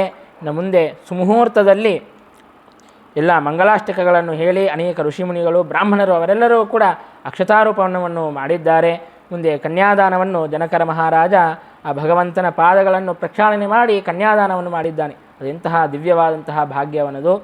ಯಾವ ಪಾದವನ್ನು ಬ್ರಹ್ಮಾದಿ ದೇವತೆಗಳು ನಿತ್ಯದಲ್ಲೂ ಕೂಡ ಸ್ಪರ್ಶ ಮಾಡಬೇಕು ಎಂಬುದಾಗಿ ಕುತೂಹಲದಿಂದಾಗಿ ಕಾಯುತ್ತಾ ಇರುತ್ತಾರೆ, ಅಂತಹ ರಾಮಚಂದ್ರನ ಪಾದಗಳನ್ನು ತಾನು ಪ್ರೋಕ್ಷಣೆ ಮಾಡಿ ಆ ಪಾದಗಳಿಗೆ ಅಭಿಷೇಕವನ್ನು ಮಾಡಿ ತನ್ನ ಕನ್ಯೆಯಾದಂತಹ ಮಗಳಾದಂತಹ ಸೀತಾದೇವಿಯನ್ನು ದಾನವನ್ನು ಮಾಡಿದ್ದಾನೆ. ಇನ್ನು ಭವಂದ ಪೂತಂ ಮಾಂಗಲ್ಯ ಸೂತ್ರಂ ಮಂತ್ರಾಭಿಮಂತ್ರಿತಂ. ಸುಮುಹೂರ್ತದಲ್ಲಿ ಪರಮಾತ್ಮ ಮಾಂಗಲ್ಯ ತಂತುನಾನೇನ ಜಗಜ್ಜೀವನ ಹೇತುನ ಅನ್ನುವಂತಹ ಮಂತ್ರವನ್ನು ಹೇಳುತ್ತಾ ಇಡೀ ಜಗತ್ತಿಗೆ ಕ್ಷೇಮವನ್ನು ಮಂಗಳವನ್ನು ಉಂಟು ಮಾಡುವುದಕ್ಕಾಗಿ ಅಂತ ಮಾಂಗಲ್ಯ ಬಂಧನವನ್ನು ಮಾಡಿದ್ದಾನೆ. ಹೀಗೆ ಮಹಾ ಸಂಭ್ರಮದಿಂದಾಗಿ ಆ ವಿವಾಹ ಮಹೋತ್ಸವ ಅಂತ ಅನ್ನೋದು ನಡೆಯುತ್ತಾ ಇದೆ. ಅಲ್ಲಿ ಅನೇಕ ಜನ ಪುರದಲ್ಲಿರುವಂತಹ ಸ್ತ್ರೀಯರೆಲ್ಲರೂ ಕೂಡ ಚೆನ್ನಾಗಿ ಅಲಂಕಾರವನ್ನು ಮಾಡಿಕೊಂಡು ಆ ಕಾರ್ಯವನ್ನೆಲ್ಲವನ್ನು ಕೂಡ ನಿರ್ವಾಹ ಮಾಡುತ್ತಾ ಇದ್ದಾರೆ. ಮದುವೆ ಅಂತಂದರೆ ಸ್ತ್ರೀಯರ ಕೆಲಸ ಸ್ವಲ್ಪ ಹೆಚ್ಚಿರುತ್ತದೆ ನೋಡ್ರಿ. ಹೊರಗೆಲ್ಲ ಪಾಪ ಗಂಡಸರು ಓಡಾಡ್ತಾರ, ಮಧ್ಯೆ ಈ ವಿವಾಹದ ಮಂಟಪದಲ್ಲಿ ಸ್ತ್ರೀಯರು ಹೆಚ್ಚು ಓಡಾಡಿ ಮಾಡುವಂತಹ ಕೆಲಸಗಳಿರುತ್ತವೆ. ಹಾಗಾಗಿ ಲೋಕಾನಾಂ ಲೋಚನಾನಂದಾ ಸರ್ವಾಭರಣಭೂಷಿತಾ ವಿಚೇರು ಪುರಿ ಚಾರ್ವಂಗ್ಯ ದಿವಿದೇವ್ಯ ಇವೋತ್ಸವೇ. ಯಾವ ರೀತಿಯಾಗಿ ದೇವಲೋಕದಲ್ಲಿ ದೇವತಾ ಸ್ತ್ರೀಯರು ಚೆನ್ನಾಗಿ ಅಲಂಕಾರವನ್ನು ಮಾಡಿಕೊಂಡು ಓಡಾಡಬೇಕೋ ಹಾಗೆ ಅವರೆಲ್ಲರೂ ಕೂಡ ಸಂಚಾರವನ್ನು ಮಾಡಿ ಆ ವಿವಾಹದ ಕಾರ್ಯವನ್ನೆಲ್ಲವನ್ನು ಕೂಡ ನಿರ್ವಾಹ ಮಾಡುತ್ತಾ ಇದ್ದಾರೆ. ಆ ಸೌತ್ ಇಂಡಿಯಾ ಶಾಪಿಂಗ್ ಮಾಲ್ ಏನು, ಚೆನ್ನೈ ಶಾಪಿಂಗ್ ಮಾಲ್ ಏನು, ಎಲ್ಲ ಶಾಪಿಂಗ್ ಮಾಲ್ಗಳು ಖಾಲಿಯಾಗಿಬಿಟ್ಟಿವೆ. ಅಷ್ಟು ಚೆನ್ನಾಗಿ ಅಲಂಕಾರವನ್ನು ಮಾಡಿಕೊಂಡಿದ್ದಾರೆ. ಬಟ್ ಯಾರೋ ಹಾಸ್ಯ ಮಾಡ್ತಾಯಿದ್ರು, ಸ್ತ್ರೀಯರು ಎಷ್ಟು ಅಲಂಕಾರ ಮಾಡ್ಕೊಳ್ತಾರೆ ಅಂತಂದರೆ, ಅವರೇನಾದರೂ ಅಲಂಕಾರ ಮಾಡಿಕೊಂಡು ದೇವಾಲಯಗಳಿಗೆ ಬಂದರೆ ಅವರೇನಾದರೂ ದರ್ಶನವನ್ನು ಮಾಡಲಿಕ್ಕೆ ಬಂದಿದ್ದಾರೋ ಅಥವಾ ದರ್ಶನವನ್ನು ಕೊಡ್ಲಿಕ್ಕೆ ಬಂದಿದ್ದಾರೋ ಅಂತ ಸಂಶಯ ಬರಬೇಕಂತೆ. ಅಷ್ಟು ಅಲಂಕಾರ ಮಾಡಿಕೊಳ್ಳುತ್ತಾರಂತೆ. ಅಲಂಕಾರ ಮಾಡಿಕೊಳ್ಳೋದೇನೂ ತಪ್ಪಲ್ಲ. ಹಾಗೆ ಅಲಂಕಾರವನ್ನು ಮಾಡಿಕೊಂಡ್ರೆ ಅದೊಂದು ಸಂಭ್ರಮ ಅಂತ ಅನ್ನೋದು ಉಂಟಾಗುತ್ತದೆ, ಆ ಲಕ್ಷ್ಮೀ ಕಳೆ ಅಂತ ಅನ್ನೋದು ಬರುತ್ತದೆ. ಹಾಗೆ ಅವರೆಲ್ಲರೂ ಕೂಡ ಚೆನ್ನಾಗಿ ಅಲಂಕಾರವನ್ನು ಮಾಡಿಕೊಂಡು ಅತ್ಯಂತ ಉತ್ಸಾಹದಿಂದಾಗಿ ಸೀತಾರಾಮರ ವಿವಾಹ ಅನ್ನುವಂತಹ ಭಕ್ತಿಭಾವದಿಂದಾಗಿ ಅತ್ಯಂತ ಪ್ರೀತಿಯಿಂದಾಗಿ ಮಹಾ ಉತ್ಸವದಿಂದಾಗಿ ಸಂಭ್ರಮದಿಂದಾಗಿ ಆ ಎಲ್ಲ ಕಾರ್ಯವನ್ನು ಕೂಡ ನಿರ್ವಾಹವನ್ನು ಮಾಡಿದ್ದಾರೆ. ವಿವಾಹ ಅನ್ನೋದು ಅತ್ಯಂತ ಉತ್ಸವದಿಂದಾಗಿ ಸಂಭ್ರಮದಿಂದಾಗಿ ಸಂಪನ್ನವಾಗಿದೆ. ಜನಕರಾಜ ತನ್ನ ಮಗಳಿಗೆ ಅಳೆಯನಿಗೆ ಅನೇಕ ಉಡುಗೊರೆಗಳನ್ನು ಉಪಾಯನಗಳನ್ನು ಕೊಟ್ಟಿದ್ದಾನೆ. ಹೀಗೆ ಎಲ್ಲ ಬ್ರಾಹ್ಮಣರು ಎಲ್ಲ ಜನರು ಎಲ್ಲರೂ ಕೂಡ ಮಹಾ ಸಂತೋಷವನ್ನು ಅನುಭವಿಸುತ್ತಾ ಇದ್ದಾರೆ. ಹೀಗೆ ಆ ವಿವಾಹ ಕಾರ್ಯ ಅಂತ ಅನ್ನೋದು ಸಂಪನ್ನವಾಗಿದೆ. 4 ಜನ ಮಕ್ಕಳಿಗೂ ಕೂಡ ಏಕಕಾಲದಲ್ಲಿ ವಿವಾಹ ಅಂತ ಅನ್ನೋದು ಆಗಿದೆ. ಇನ್ನು ವಿವಾಹ ಅಂತ ಅನ್ನೋದು ಆದ ಮೇಲೆ ದಶರಥರ ಮಹಾರಾಜ ತಾನು ತನ್ನ ಮಕ್ಕಳನ್ನು ಸೊಸೆಯಂದಿರನ್ನು ನೂತನ ವಧೂವರರನ್ನು ಕರೆದುಕೊಂಡು ಇನ್ನು ಅಯೋಧ್ಯಾಪುರಕ್ಕೆ ಹೋಗಬೇಕು ಎಂಬುದಾಗಿ ತಾನು ಪ್ರಯಾಣವನ್ನು ಬೆಳೆಸಿದ್ದಾನೆ. ಈ ವಿವಾಹದ ವಾರ್ತೆಯನ್ನು ಎಲ್ಲ ಕಡೆಗೂ ಕೂಡ ವಿವಾಹವಾದ ಮೇಲೂ ಕೂಡ ಜನರೆಲ್ಲ ತಮ್ಮ ಗೃಹಗಳಲ್ಲಿ ತಮ್ಮ ಮನೆಗಳಲ್ಲಿ ಈ ವಿವಾಹದ ಕುರಿತಾಗಿಯೇ ಮಾತನಾಡಿಕೊಳ್ಳುತ್ತಾ ಇದ್ದಾರಂತೆ. ಕಿಂ ವದಂತೀತಿ ವವೃತೆ ದಂಪತ್ಯೋಶ್ಚ ಗೃಹೇ ಗೃಹೇ ಅಪಿತ್ರಿಲೋಕ್ಯ ಪಾಪಗ್ನಿ ನಿಶ್ರೇಣಿ ಮುಕ್ತಿ ಪದ್ಧತೆ. ಈಗ ನಾವೇ ಯಾವುದನ್ನು ವಿವಾಹಕ್ಕೆ ಹೋಗಿ ಬಂದರೆ ನಾವು ಸುಮ್ಮನೆ ಲೋಪದೋಷಗಳನ್ನು ಹುಡುಕ್ತಾ ಇರ್ತೀವಿ. ಹೇಳ್ರಿ, ಅಡುಗೆ ಸರಿಯಾಗಿರಲಿಲ್ಲ, ಹುಡುಗಿ ಭಾಳ ಚಲೋ ಇದ್ಲು, ಹುಡುಗ ಸ್ವಲ್ಪ ಕಪ್ಪಿದ್ದ ಗಿಡ್ಡಿದ್ದ, ಅದು ಇದು ಅಂತ ಲೋಪದೋಷಗಳನ್ನು ಹುಡುಕ್ತಾ ಇರ್ತೀವಿ. ಅಲಂಕಾರ ಸರಿ ಮಾಡಿರಲಿಲ್ಲ, ಲೇಟ್ ಮಾಡಿದ್ರು 108. ಆದರೆ ಆ ಶ್ರೀರಾಮಚಂದ್ರನ ಸೀತಾದೇವಿಯ ವಿವಾಹದಲ್ಲಿ ಏನು ತಾನೇ ಲೋಪದೋಷಗಳು ಕಾಣಿಸಲು ಸಾಧ್ಯವಿದೆ. ಹಾಗಾಗಿ ಯಾವ ಲೋಪದೋಷಗಳಿಗೂ ಕೂಡ ಅವಕಾಶವೇ ಇರಲಿಲ್ಲ. ಆ ಸಂಭ್ರಮದ ಆ ಉತ್ಸವವನ್ನು ತಾವು ಪುನಃ ಪುನಃ ತಮ್ಮ ಗೃಹಗಳಲ್ಲಿ ಮನೆಗಳಲ್ಲಿ ಮತ್ತೆ ಮತ್ತೆ ಹೇಳಿಕೊಳ್ಳುತ್ತಾ ಇದ್ದಾರೆ. ಹಾಗೆ ಆ ವಿವಾಹದ ಚರಿತ್ರೆಯನ್ನು ತಾವು ಹೇಳಿಕೊಂಡರೆ ಪಾಪಗ್ನಿ ತಮ್ಮ ಎಲ್ಲ ಪಾಪಗಳನ್ನು ಕೂಡ ಪರಿಹಾರ ಮಾಡುತ್ತಾ ಇತ್ತು ಆ ಭಗವಂತನ ಚರಿತ್ರೆ. ಅವರು ಎಷ್ಟು ಸಲ ಹೇಳುತ್ತಾ ಇದ್ರೋ ಅಷ್ಟು ಸಲ ಅವರ ಸಮಸ್ತ ಪಾಪಗಳನ್ನು ಕೂಡ ನಿವಾರಣೆ ಮಾಡುತ್ತಾ ಇದೆ. ನಿಶ್ರೇಣಿ ಮುಕ್ತಿ ಪದ್ಧತೆ, ಅದು ಮುಕ್ತಿ ಮಾರ್ಗವನ್ನೇ ತೋರಿಸುವಂತಹ ಆ ಭಗವಂತನ ಕಥೆ. ಅಂತಹ ಕಥೆಯನ್ನು ವಿವಾಹದ ಚರಿತ್ರೆಯನ್ನು ಅವರೆಲ್ಲರೂ ಕೂಡ ಪುನಃ ತಾವು ತಮ್ಮ ಮನೆಗಳಲ್ಲಿ ಹೇಳುತ್ತಾ ಇದ್ದರಂತೆ. ಅಂದರೆ ನಮಗೆ ರಾಮಾಯಣ ಸೂಚನೆ ಮಾಡುತ್ತಾ ಇದೆ, ಇದೇನು ಮತ್ತೆ ಹೇಳಬೇಕಾಗಿರಲಿಲ್ಲ. ಸಂಭ್ರಮದಿಂದಾಗಿ ವಿವಾಹ ನಡೆದೇ ಹೋಯಿತು ಅಂತಂದರೆ ಸಾಕಾಗಿತ್ತು. ಮತ್ತೆ ಯಾಕೆ ಹೇಳುತ್ತಾ ಇದ್ದಾರೆ ಅಂತಂದರೆ ಈ ಚರಿತ್ರೆಯನ್ನು ಕೂಡ ನೀವು ನಿಮ್ಮ ಮನೆಗಳಲ್ಲಿ ಎಲ್ಲರೂ ಕೂಡ ಮತ್ತೆ ಪುನಃ ಈ ವಿವಾಹದ ದೃಶ್ಯವನ್ನು ಚರಿತ್ರೆಯನ್ನು ಪುನಃ ಹೇಳಿಕೊಂಡು ಧನ್ಯರಾಗ್ರಿ, ಮಂಗಳವನ್ನು ಹೊಂದಿರಿ, ಎಲ್ಲ ಪಾಪಗಳನ್ನು ಕೂಡ ಪರಿಹಾರ ಮಾಡಿಕೊಳ್ಳ್ರಿ ಅಂತನ್ನುವಂತಹ ಸಂದೇಶವನ್ನು ಕೊಡುವಂತೆ ಆ ರಾಮಾಯಣ ನಮಗೆ ಅಲ್ಲಿರುವಂತಹ ಜನರು ಯಾವ ರೀತಿಯಾಗಿ ಆ ವಿವಾಹದ ಕುರಿತಾಗಿ ಮಾತನಾಡಿಕೊಳ್ಳುತ್ತಾ ಇದ್ದರು ಅನ್ನುವುದನ್ನು ತಿಳಿಸಿಕೊಡುತ್ತದೆ. ಹೀಗೆ ದಶರಥ ಮಹಾರಾಜ ಆ ವಿವಾಹವನ್ನು ಮುಗಿಸಿಕೊಂಡು ಎಲ್ಲ ತನ್ನ ಪರಿವಾರದಿಂದಾಗಿ ಸಮೇತನಾಗಿ ತಾನು ಅಯೋಧ್ಯಾಪುರಕ್ಕೆ ಪ್ರಯಾಣವನ್ನು ಬೆಳೆಸಿದ್ದಾನೆ. ಮಧ್ಯದಲ್ಲಿ ಪರಶುರಾಮ ದೇವರು ಬರುತ್ತಾರೆ. ಪರಶುರಾಮ ದೇವರು ಬಂದರೆ ದಶರಥ ಮಹಾರಾಜನಿಗೆ ಮಹಾಭಯ ಅಂತ ಅನ್ನೋದು ಉಂಟಾಗುತ್ತದೆ. ಯಾಕೆಂದರೆ ಪರಶುರಾಮ ದೇವರು ಅಂತನೇನೋ ಸಾಮಾನ್ಯರ ತ್ರಿಸಪ್ತಕೃತ್ವ 21 ಸಲ ಭೂಪ್ರದಕ್ಷಿಣೆಯನ್ನು ಮಾಡಿ ಎಲ್ಲ ಕ್ಷತ್ರಿಯರನ್ನು ಎಲ್ಲ ದುಷ್ಟಕ್ಷತ್ರಿಯರನ್ನು ಕೂಡ ಸಂಹಾರವನ್ನು ಮಾಡಿ ನಿಕ್ಷತ್ರಾಂ ಅಕರೋನ್ಮಹೀಂ, ಭೂಮಿಯಲ್ಲಿ ಕ್ಷತ್ರಿಯರೇ ಇಲ್ಲದಂತೆ ಮಾಡಿರುವಂತಹ ಮಹಾನುಭಾವರು ಪರಶುರಾಮ ದೇವರು. ಹಾಗಾಗಿ ಅಂತಹ ಪರಶುರಾಮ ದೇವರನ್ನು ಕಂಡು ದಶರಥ ಮಹಾರಾಜನಿಗೆ ಮಹಾಭಯ ಅಂತ ಅನ್ನೋದು ಉಂಟಾಗುತ್ತಾ ಇದೆ. ಆಗ ಪರಶುರಾಮ ದೇವರು ಬಂದದ್ದೇ ಬಂದು, ರಾಮ ನೀನು ಭಾರಿ ಪರಾಕ್ರಮಿ ಅಂತ ಕೇಳಿದ್ದೇನೆ, ಅದು ಕೂಡ ರುದ್ರದೇವರ ಧನಸ್ಸನ್ನು ಭಂಗ ಮಾಡಿದ್ದಿ ಎಂಬುದಾಗಿ ಕೇಳಿದ್ದೇನೆ.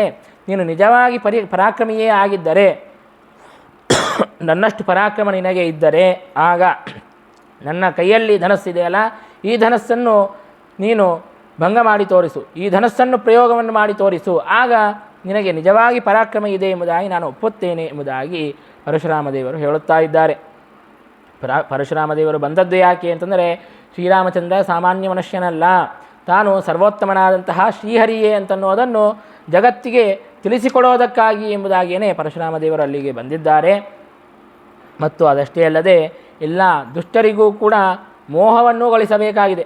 ಪರಶುರಾಮ ದೇವರು ಬೇರೆ, ರಾಮ ಬೇರೆ ಎಂಬುದಾಗಿ ಮೋಹವನ್ನು ಕೂಡ ಗೊಳಿಸೋದಕ್ಕಾಗಿ ಅಂತ ಪರಶುರಾಮ ದೇವರು ಅಲ್ಲಿಗೆ ಬಂದಿದ್ದಾರೆ. ಅಂದರೆ ಸಜ್ಜನರಿಗೆಲ್ಲ ಶ್ರೀರಾಮ ತಾನು ಶ್ರೀಹರಿ ಅಂತನ್ನೋದನ್ನು ತಿಳಿಸಿಕೊಡಬೇಕಾಗಿದೆ, ದುಷ್ಟರಿಗೆ ಮೋಹವನ್ನೂ ಉಂಟು ಮಾಡಬೇಕಾಗಿದೆ. ಹಾಗಾಗಿ ಪರಶುರಾಮ ದೇವರು ಬಂದು ಈ ಧನುಸ್ಸನ್ನು ನೀನು ಪ್ರಯೋಗವನ್ನು ಮಾಡು ಎಂಬುದಾಗಿ ಹೇಳುತ್ತಾ ಇದ್ದಾರೆ. ಆ ಧನುಸ್ಸಿನ ಒಂದು ಚರಿತ್ರೆಯನ್ನು ಇತಿವೃತ್ತವನ್ನು ಕೂಡ ಪರಶುರಾಮ ದೇವರು ತಿಳಿಸಿಕೊಡುತ್ತಾರೆ.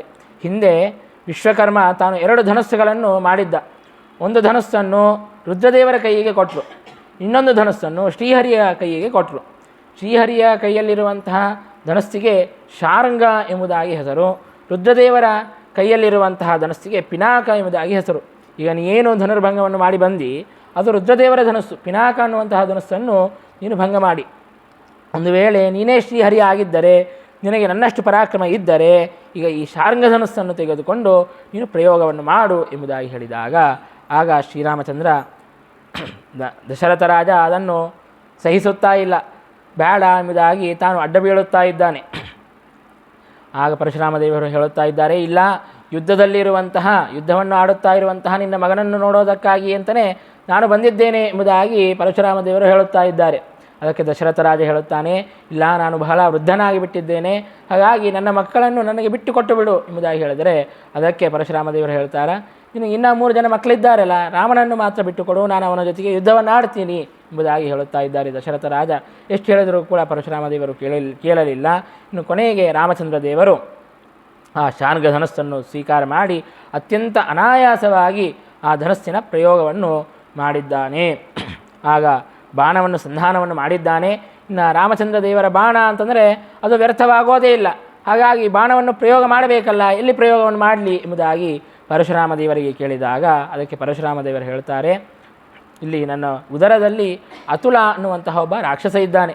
ತಾನು ಹಿಂದೆ ಬ್ರಹ್ಮದೇವರಿಗೆ ಕುರಿತು ತಪಸ್ಸನ್ನು ಮಾಡಿ ತಾನು ಏನು ವರವನ್ನು ಪಡೆದಿದ್ದ ಅಂತಂದರೆ, ನಾನು ಸಂಹಾರವನ್ನೇ ಹೊಂದಬಾರದು, ಸದಾ ಅವಧ್ಯತ್ವ ಅಂತ ಅನ್ನೋದು ನನಗೆ ಇರಬೇಕು ಎಂಬುದಾಗಿ, ಅವಧ್ಯತ್ವ ಬರಬೇಕು ಎಂಬುದಾಗಿ ಕೇಳಿದ್ದ. ಆದರೆ ಬ್ರಹ್ಮದೇವರು ಹೇಳಿದರು, ಹಾಗೆಲ್ಲ ಅವಧ್ಯತ್ವವನ್ನು ಕೊಡ್ಲಿಕ್ಕೆ ಬರೋದಿಲ್ಲ, ಕೆಲವೊಂದು ನಿಯಮಗಳು ಆ ಗೌರ್ಮೆಂಟ್ನಲ್ಲಿ ಕೆಲವು ನಿಯಮಗಳು, ಕಾನೂನು ಇರುತ್ತದೆ ನೋಡ್ರಿ, ಹಾಗೆ ಅದಕ್ಕೆ ವಿರುದ್ಧವಾಗಿ ನೀನೇನು ಕೇಳಲಿಕ್ಕೆ ಬರೋದಿಲ್ಲ, ಹಾಗಾಗಿ ಅವಧ್ಯತ್ವವನ್ನು ಕೇಳುವಂತೆ ಇಲ್ಲ, ಬೇರೆ ಏನಾದರೂ ವರವನ್ನು ಕೇಳು ಎಂಬುದಾಗಿ ಹೇಳಿದಾಗ, ಅದಕ್ಕೆ ಆ ಅತುಲ ತಾನು ಬಹಳ ಆಲೋಚನೆ ಮಾಡಿ ಕೇಳುತ್ತಾನೆ, ಎಲ್ಲಿಯವರೆಗೆ ಭಗವಂತನಿಗೆ ಸೋಲು ಬರೋದಿಲ್ಲವೋ, ಅಪಜಯ ಅಂತ ಅನ್ನೋದು ಬರೋದಿಲ್ಲವೋ, ಅಲ್ಲಿಯವರೆಗೆ ನಾನು ಸಂಹಾರವನ್ನು ಹೊಂದಬಾರದು ಅನ್ನುವಂತಹ ವರವನ್ನು ಆ ರಾಕ್ಷಸ ಕೇಳಿದ್ದಾನೆ.